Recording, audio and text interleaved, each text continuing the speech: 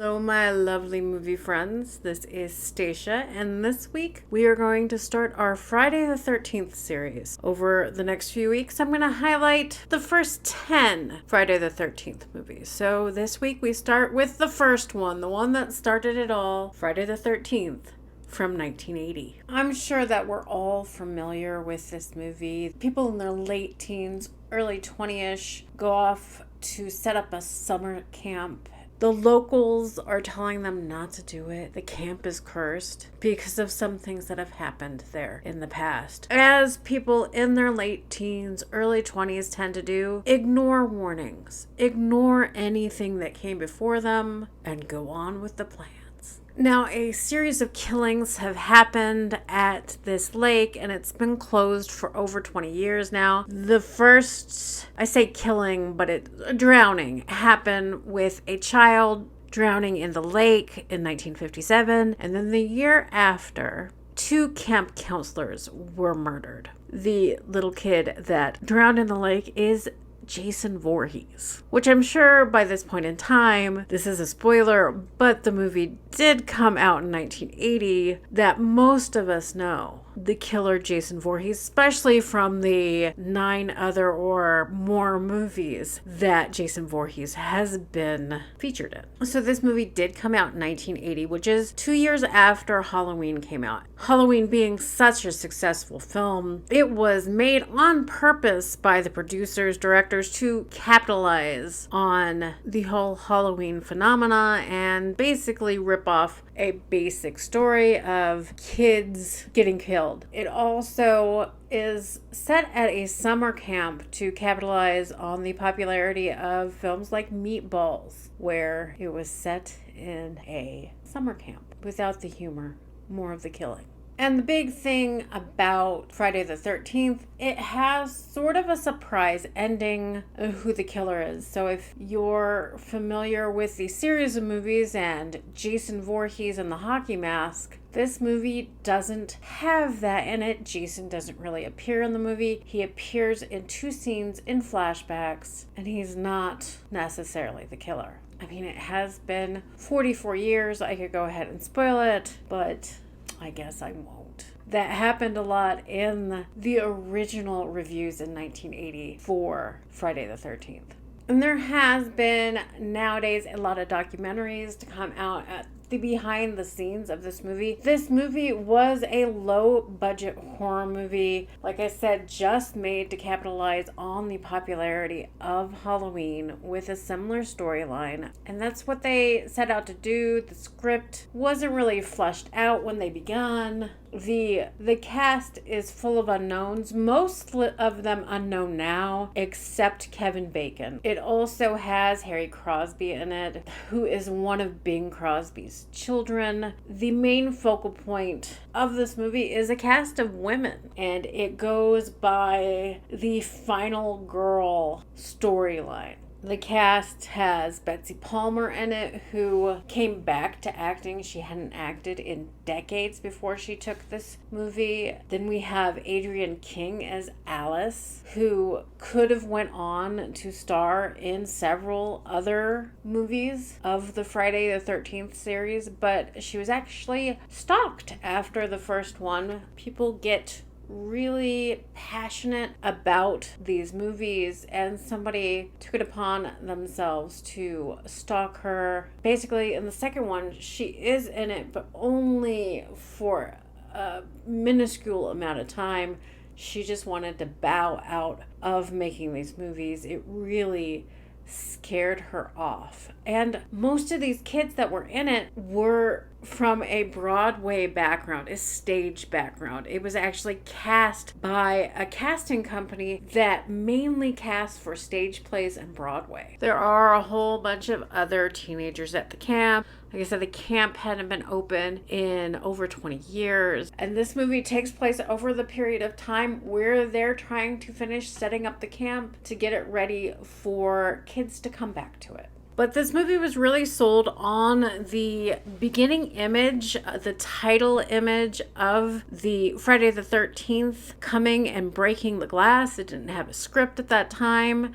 It just had the title and that image of Friday the 13th coming up and breaking the glass, and they got financing from that. The movie's financing, they only had $550,000, which was a little bit of money even back then. It went on to gross worldwide over $60 million at the box office, and that's not even including some of the reissues or anything like that. In the US, when it was first released, it made just under $30 million. It made it a huge success, despite the critics being outraged by this movie. Roger Ebert gave this movie a whole half star. Gene Siskel, who is known as working with Roger Ebert on their TV show, he really didn't want anybody to see it. He went as far as to spoil the ending in the review, even outing where some of the stars live, not the exact address, I think the town, said that you should write them and let you know what you really think about this movie. Just a big campaign. His reason for revealing the ending was he hoped that people wouldn't go and see this movie. His reason for kind of giving away where the people that made it live was so they could take responsibility for what they made. There was really outrage for this movie when it came out. And like we all know, if there is this much outrage for a movie, it is bound to make it more of a hit. And I'm not saying Friday the 13th is a brilliant movie. I like the turn at the end. Some of the performances, especially by Betsy Palmer, are good, but it does follow the line of typical slasher movies that came after Halloween and continued through the 80s. Slasher film was the predominant horror film of the 1980s, and they all had young cast get slaughtered, psycho killer after people. It followed that formula. And conversely, they followed the formula that the person that defeats the psycho killer is usually a woman in these movies. The strong female lead, which goes back to Roger Ebert calling the movie misogynistic. People did point out that the men are killed just as much as the women in this movie. The killer ends up being unexpected, and a young woman wins the day. So this movie was made without any studio help, and then it was bought for distribution by Paramount Studios. And after it was a big hit, Paramount Studios said, let's make some money off of this. And that is where you get all of the sequels to it, which if you look at the movie, the first movie, it wasn't really intended for all of these sequels. But it was shot in and around New Jersey for the most part. You can actually go visit a lot of these locations and they still look pretty much the way they did in 1980, which is remarkable that you can go a complete filming location and you can see how it actually looked back then. The actual camp is a Boy Scout camp in New Jersey. It's Camp Novi Bosco. I think I said that correctly. If not, I'm sure people will correct me on that. It's in New Jersey. It is a Boy Scout camp. It looks exactly the same that it did in the movie. And there's also a tour group where you can pay to stay overnight at Camp Crystal Lake and have an experience. You get to watch the movie there. You get to stay overnight in the cabins. They have a lot of props from the movie, a lot of the original, they have the original sign from the camp.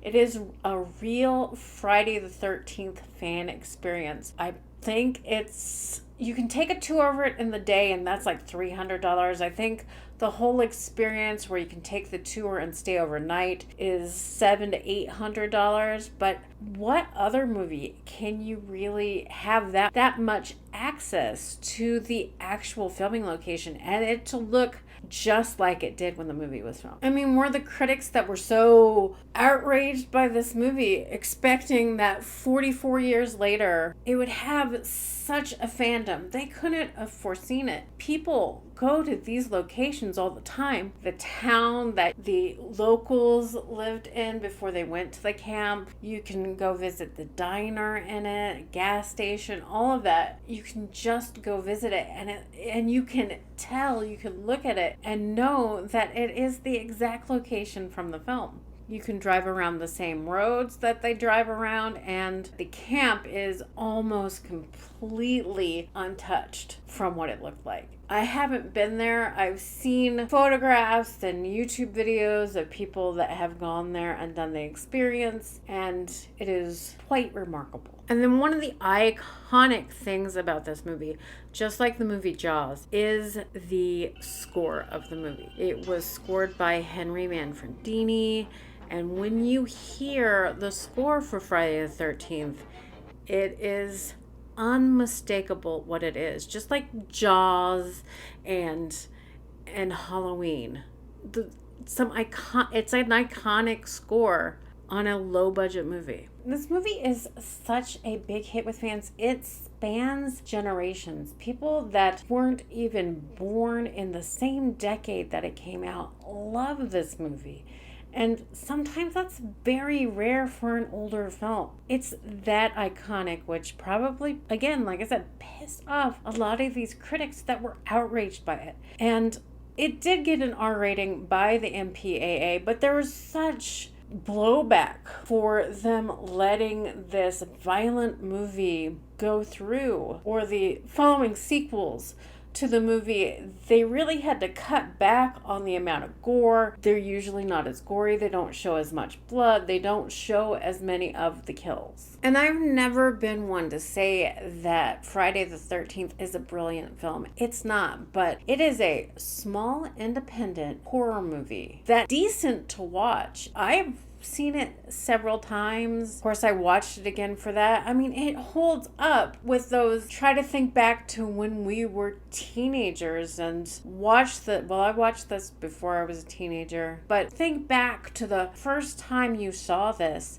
It is a fun watch with your friends, very popcorn friendly. I always find it scary, but not too scary. I mean, especially if you've seen it more than once, you know all the jump scares, you know who's going to be killed. It's just an event thing that you can watch over and over again, and people love it. And like I said, it has spawned many sequels. I saw many of the sequels in the 80s when they came out in the movie theater.